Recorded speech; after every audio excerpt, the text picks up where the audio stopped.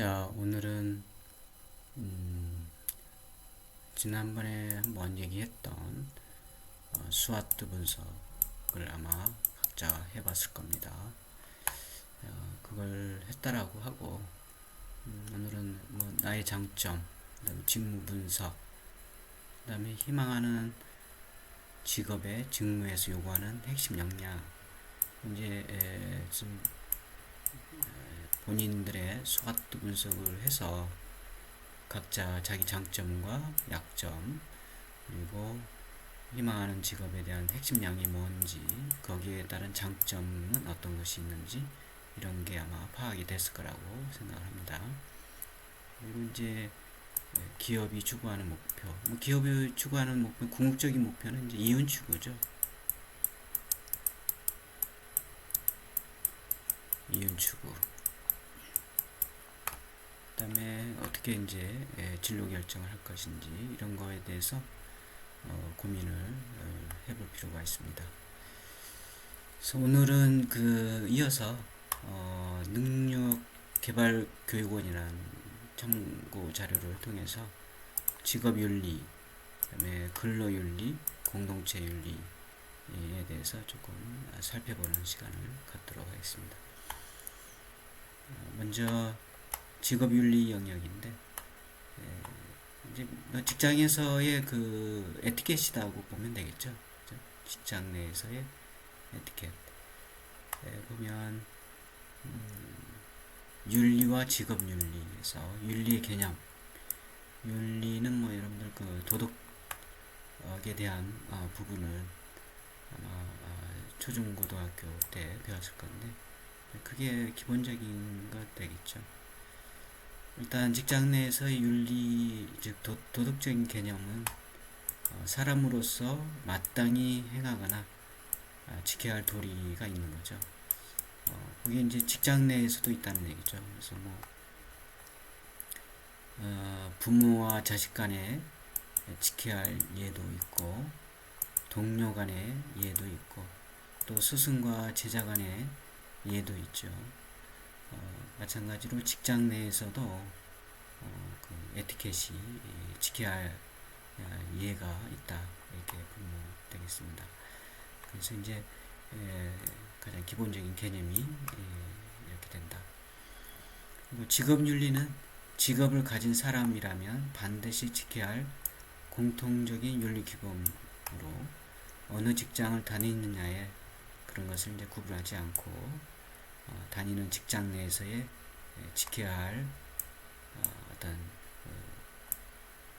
도리, 있죠. 행해야 될, 마땅히 행해야 될 일이라든가 도리를 우리가 이제 직업 윤리다, 이렇게 보면 되겠습니다.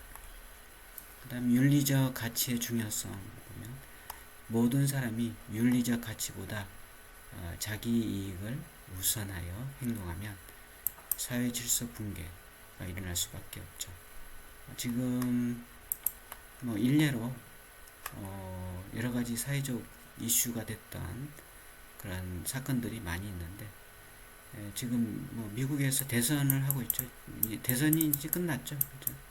미국 대통령 선거가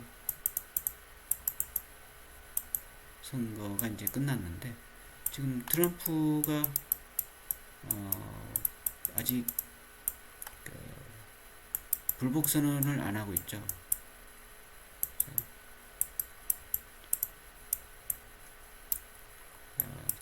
트럼프가 지금 아직 선거에서 졌다 라고 지금 선언을 안 하고 있고, 이제 바이든이 이제 통계상으로는 270석 이제 매직 넘버, 대통령 당선 매직 넘버를 지금 확보를 했는데, 지금 트럼프가 아직 법적인 소송을 하겠다, 이렇게 지금 하고 있는 상태이기 때문에, 일단은 미국의 언론들은 일단 바이든이 이제 선거에 당선으로 이렇게 보도를 하고 있지만, 아직 이제 확정은 안 됐다라고 이렇게 보여집니다. 이런 게 이제 어떤 민주주의의 룰에서 그 트럼프가 지금 민주주의의 가장 핵심인 선거에서의 결과를 아직 받아들이지 않고 있는 상황. 자기 이해의 어떤 여러 가지 트럼프가 생각하는 그런 그 이익이 있죠. 또는 트럼프에 지금 직면하고 있는 여러 가지 법적인 그 문제 이런 것들을 지금 사면을 받는 조건 이런 것들을 이제 내세울 수도 있는 거죠.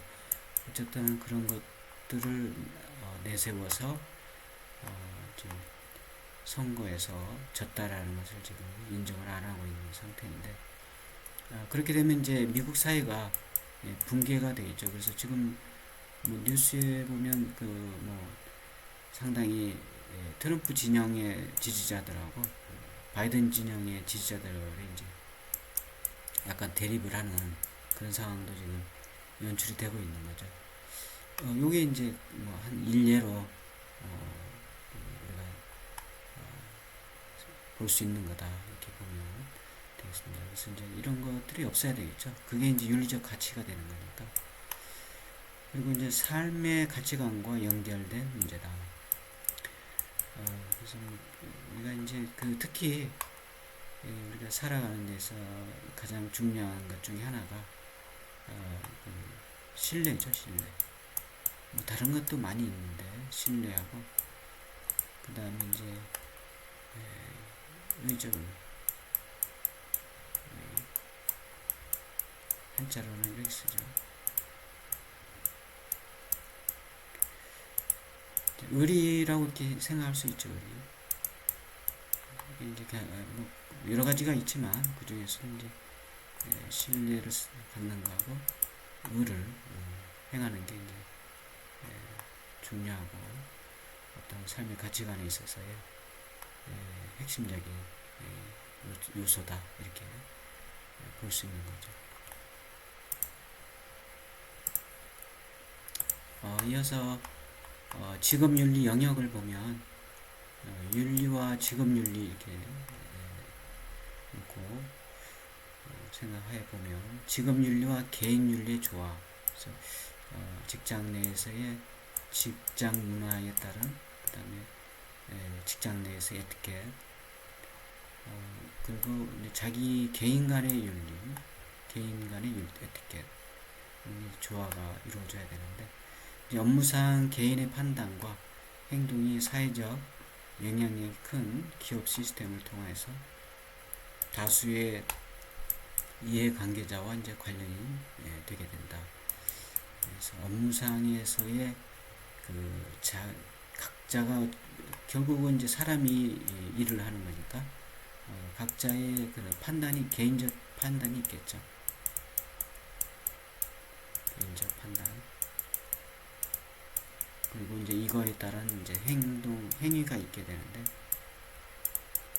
이게 결국은 이제 기업에 영향을 미친다 이런 얘기죠. 그래서 개인의 이 윤리가 굉장히 이제 중요한 어떤 그 행동 결과가 된다 이렇게 보면 되겠습니다. 따라서 이 행위가 이제 기업에 연계된 동료들이 있죠. 상사도 있고 동료도 있고 그 다음에 이제 밑에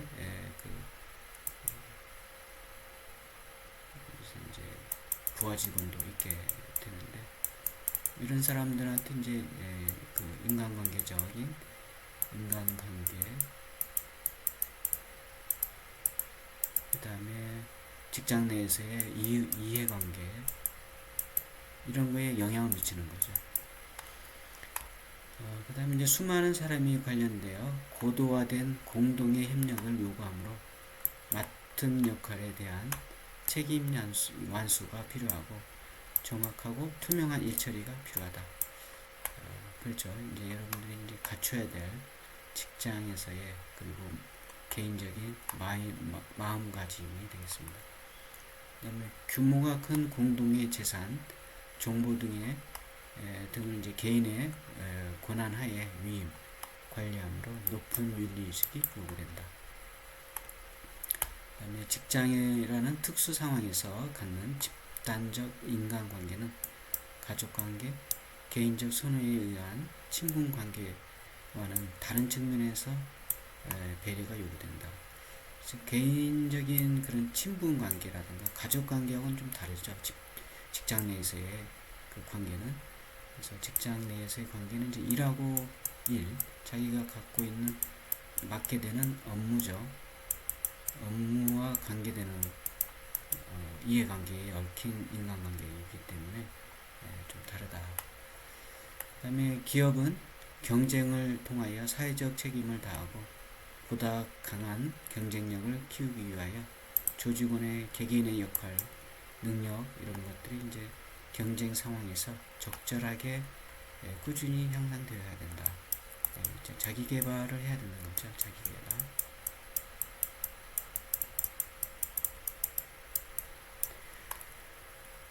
자기 개발 능력이 이제 업무 능력으로 이어지고, 그죠?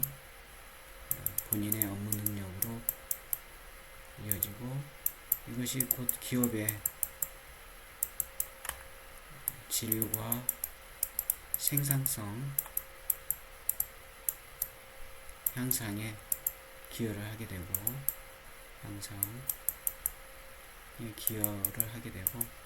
이게 곧 여기 아까 얘기했던 기업이 궁극적으로 추구하고 있는 기업의 이윤 추구를 이제 극대화할 수 있는 거죠. 그다음에 이제 각각의 직무에서 오는 특수한 상황에서는 개인적 덕목 차원의 일반적인 상식과 기준으로는 규제할 수 없는 경우가 많다. 숙지를 해야 되겠죠, 그죠?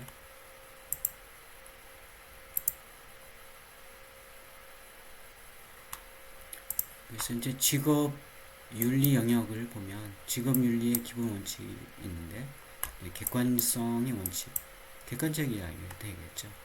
그다음에 고객 중심을 이제 원칙으로 하는 건 뭐 당연히 우리가 기업이 갖고 있는 특수성 중에 하나가 이제 어떤 뭐 서비스든지 제품이든지 어떤 것들이든 간에 이걸 이제 고객에게 제공하는 거잖아요. 그래서 고객 중심이 되는 게 이제 돼야 되겠고, 그 다음에 공정 경쟁의 원칙, 이제 직장 내에서의 그 구성원들이 공정하게 이제 경쟁을 하고 공정하게 대우를 받아야 되죠. 그런데 이제 그러지 못한 경우가 종종 있죠. 예를 들면 그 특정한 지역 출신을 우선으로 한다든가 또는 뭐 윗사람인데 상사인데 이 윗사람한테 잘 보이는, 그러니까 아첨하는 이런 사람들이 우선적으로 이렇게 승진한다든가 이런 게 이제 좀 문제죠. 아직까지는 우리나라 사회에 아직까지 그런 게 있어요. 그래서 이런 것들이 이제 있으면 다른 그 구성원들이, 직장 내 구성원들이 사기가 저하되죠. 사기가 저하되고 애사심을 갖지 못합니다. 애사심이 없어지게 되죠. 오히려 반감을 갖게 됩니다. 반감.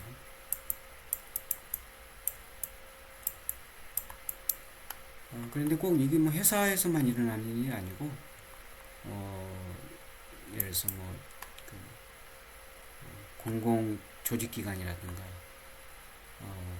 특히 이제 사립학교 이런 데서 많이 이런 현상이 이제 나타나는 경향이 있습니다. 굉장히 안 좋은 거죠. 그래서 이런 것들이 이제 이게 이런 조직 문화, 이런 조직 문화는 이제 그 적폐죠, 적폐. 없어져야 되는 적폐에 해당이 됩니다. 그리고 또 기본 원칙이 정직과 신용의 원칙이, 이건 아까 조금 전에 얘기한 것처럼 이제 신뢰하고 의의를 얘기를 했는데, 이거하고 이제 같은 맥락이죠. 그 다음에 전문성의 원칙.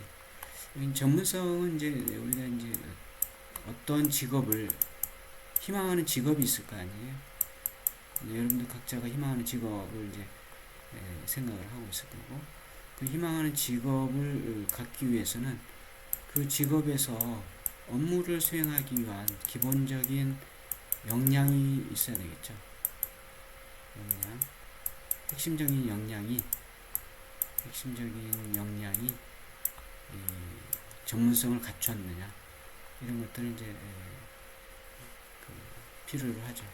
그래서 이제 회사에서 뽑을 때 이러한 업무의 역량이 있냐 없냐를 이제 뽑을 때 이제 뭐 여러 가지 요소가 있지만, 그 중에 하나가 이제 자격증을 본다든가 또는 경력을 본다든가, 그럼 이제 뭐 성적도 볼 수 있죠. 이런 것들을 이런 걸 보고 이제 객관적으로 볼 수밖에 없죠. 객관적으로 판단할 수밖에 없는 겁니다. 그래서 이제 이런 것들이 이제 준비돼야 되겠죠. 이게 이제 직업윤리의 기본 원칙이 되는 겁니다. 그리고 직업윤리의 영역을 보면 비윤리적 행위의 원인과 유형 가지고, 비윤리적 행위의 원인은 무지, 무관심, 무절제, 이게 이제 비윤리적 행위가 되고, 이런 것들이 결국은 이제 어떠한 직장 내 또는 기업의 또는 개인적인 부분에 있어서도 굉장히 이제 오점을 남기는 결과를 갖게 되죠. 그래서 무지는 뭐냐? 무엇이 옳고 무엇이 그른지 모르는 상태. 이런 상태에서 이제 행위를 하는 거죠. 그 다음에 무관심은 뭐냐? 비윤리적이라는 것을 알고 있으나 중요하게 생각하지 않는 경우. 그 다음에 무절제. 비윤리적이라는 것을 알고 중요하게 생각하고 있으나 비윤리적 행위를 이제 저지르는 그런 이제 불법이죠. 그런 행위를 하는 게 이제 무절제가 됩니다. 그 다음에 비윤리적 행위의 유형은 이제 도덕적 타성, 도덕적 태만, 거짓말, 이런 게 되는데, 도덕적 타성은 직면하는 윤리적 문제에 대하여 무감각하거나 행동하지 않는 것, 그런 게 이제 도덕적 타성입니다. 타성이 젖는 거죠. 우리가 이제 직장 생활을 오래 하다 보면 타성이 젖게 됩니다. 그 직장 문화에 소속되어 있는 직장 문화에 이제 흡수되는 거죠. 그 다음에 도덕적 태만, 비윤리적 결과를 피하기 위해서 일반적으로 필요한 주의나 관심을 기울이지 않는 것. 그다음에 거짓말, 아까 얘기했던 이제 정직하지 않고 의를 행하지 않는 경우죠. 상대를 속이려는 의도로 표현되는 메시지, 이런 메시지가 이제 거짓말에 해당이 된다. 이게 이제 비윤리적 행위의 유형이 되겠습니다.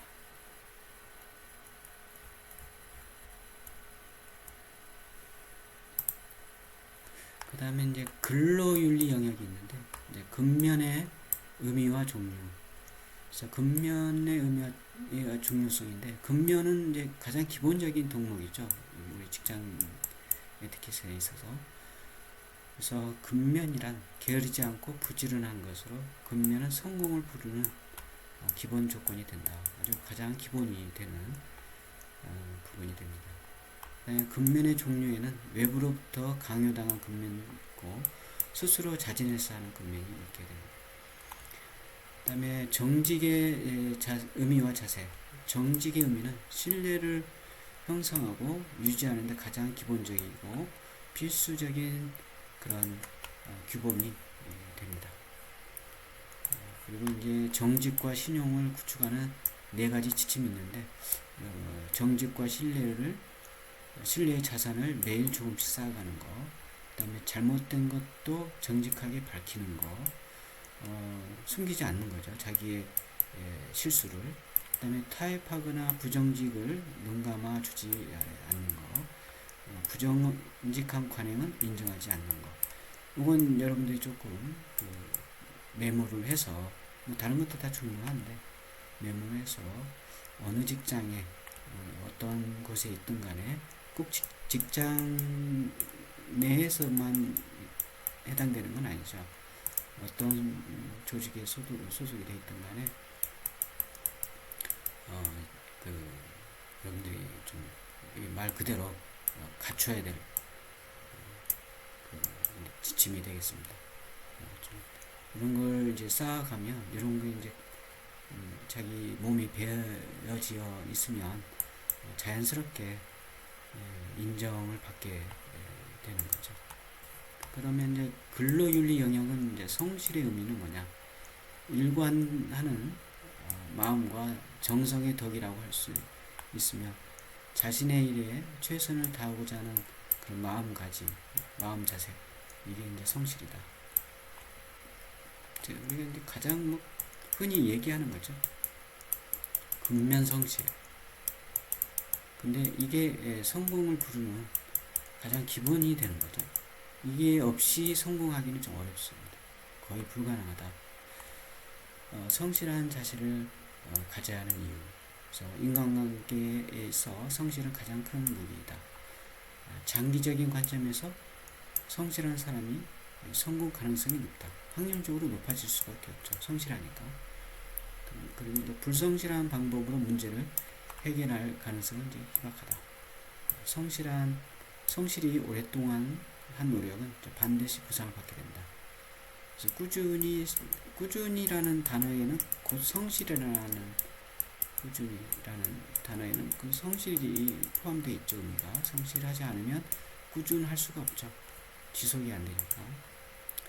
그 다음에 이제 마지막으로 공동체 윤리 영역인데, 봉사의 의미를 보면 자신보다 남을 위해서 일하는 것. 이제 7가지 서비스가 있는데, 이것도 조금 메모를 해서 기억을 해두면 되겠습니다. S는 이제 스마일, 스피드. 서비스는 미소와 함께 신속하게 하는 것. 직장 내에서 가장 기본적인 에티켓이 되는 거죠. 이모션에서 감동을 주는 것. 그 다음에 respect에서 고객을 존중하는 것. value에서 고객에게 가치를 제공하는 것. 여기서 가치는 서비스의 가치도 될 수 있고, 제품의 가치일 수도 있고, 다양한 게 되겠죠. 그 다음에 이미지. 그래서 고객에게 좋은 이미지를 심어주는 것. 그 다음에 C, 커터시에서 예의를 갖추고 정중하게 하는 것. 그 다음에 엑셀런스에서 고객이 탁월하게 제공되어야 하는 것. 이런 것들이 이제 7가지 서비스의 내용이 됩니다. 그래서 이 서비스를 기억하고, 대부분 여러분들 알고 있는 거죠. 웃으면서 신속하게 일 처리하는 거, 감동을 주는 거, 존중해야 되겠고, 가치와 좋은 이미지를 갖는 거, 그 다음에 예의 바래야 되겠죠. 전문적인 그런 전문성을 드러내는 탁월감을 또 줘야 되겠죠.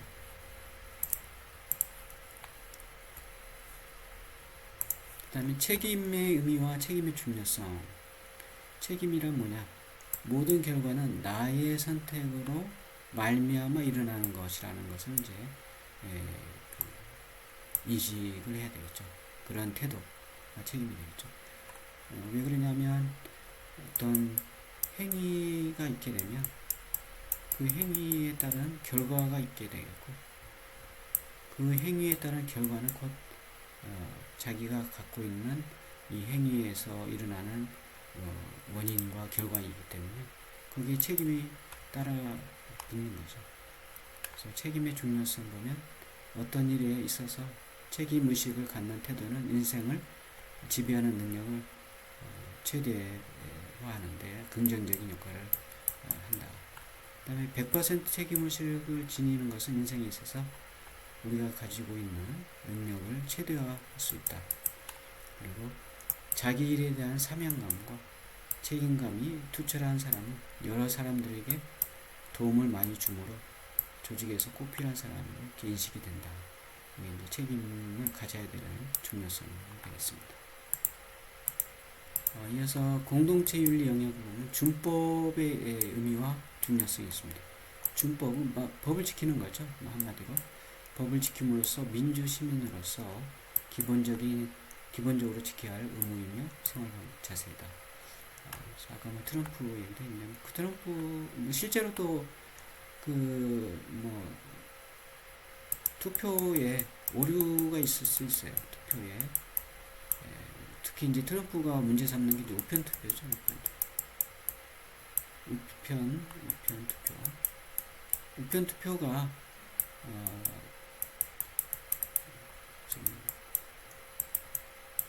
불법적으로 이루어질 수 있는 가능성도 있다 이렇게 보는 거죠. 지금 트럼프 입장은. 그래서 그걸 이제 소송을 통해서 가리겠다 이런 거죠. 그게 뭐 불법이라고 그러면 이제 바이든 쪽에서 그 법을 안 지킨 거죠. 그죠? 그건 이제 알 수 없는 거죠, 지금. 어쨌든 우리는 이제 민주 시민으로서 법을 지켜야 되는 이게 준법이고 중요성은 이제 개인의 자유와 권리 보호, 사회 질서 유지, 정의로운 사회 형성, 당연한 얘기겠습니다. 그 다음에 예절의 의미와 특성. 예절의 의미는 뭐냐? 일정한 생활 문화권에서 오랜 생활 습관을 통해서 만들어진 하나의 공통된 생활 방법으로 정립되어 관습적으로 행해지는 생활 규범을 우리가 예절이다 이렇게 얘기하고, 이거 다 아는 거죠. 아까 얘기했듯이 스승과 제자의 예절, 부모와 자식 간의 예절, 그 다음에 동료 간의 예절, 부부 간의 예절, 이런 것들이 이제 있는 거죠. 친구 간에도 예절이 있겠죠. 그 다음에 예절의 특성, 보편성, 특수성이 있는데, 보편성은 이제 시대와 장소, 사회에 따라 다르지 않고 변하지 않는 것이 이제 보편성이 되는 거죠. 부모와 자식 간의 예절, 어른과 아이가의 예절, 남녀 간의 예절. 특수성은 시대와 장소에 따라서 변하는 거죠. 예를 들어서 인사법, 식사예절, 복장예절. 이건 이제 일례로 우리나라 한국의 식사 예절하고 일본의 식사 예절, 그다음에 미국의 예절, 인도의 예절 다 다르죠. 인사법도 다르고 복장도 다르게 됩니다. 이런 게 특성. 이어서 공동체 윤리 영역은 이제 직장에서 예절, 인사 예절, 전화 예절, 이메일 예절.